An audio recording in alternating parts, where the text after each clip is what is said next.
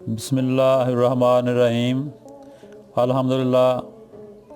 अज असी मशक नंबर 6 और तोएं अलफ्ता की मशक करांगे ताकि ये शुरू कर रहे हैं। 5 मशकां साड़ियां अल्हम्दुलिल्लाह मुकम्मल हो गई ने। टोटल जिहड़ियां ने 11 मशकां ने।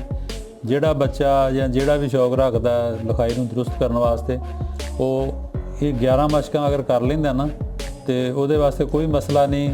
ਉਹਦੇ ਵਾਸਤੇ हर हरफ ਜਿਹੜਾ आसान हो जाता वा।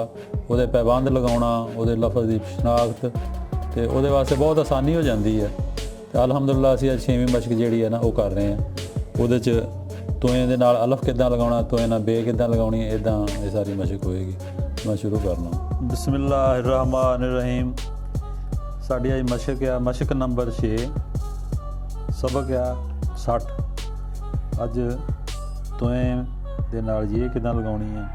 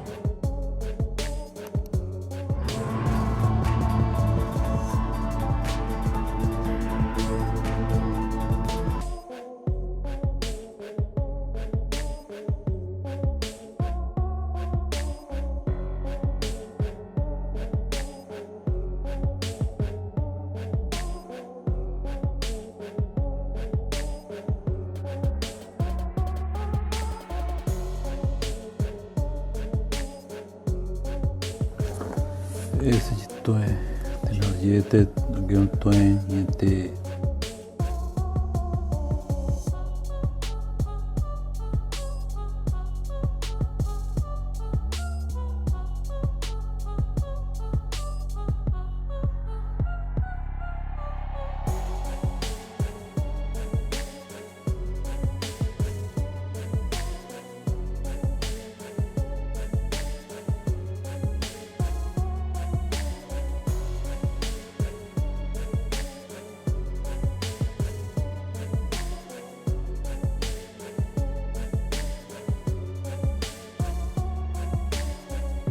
ऐसे जी साड़ी मशक दे आखिरी हरफ मशक मुकम्मल हो गई।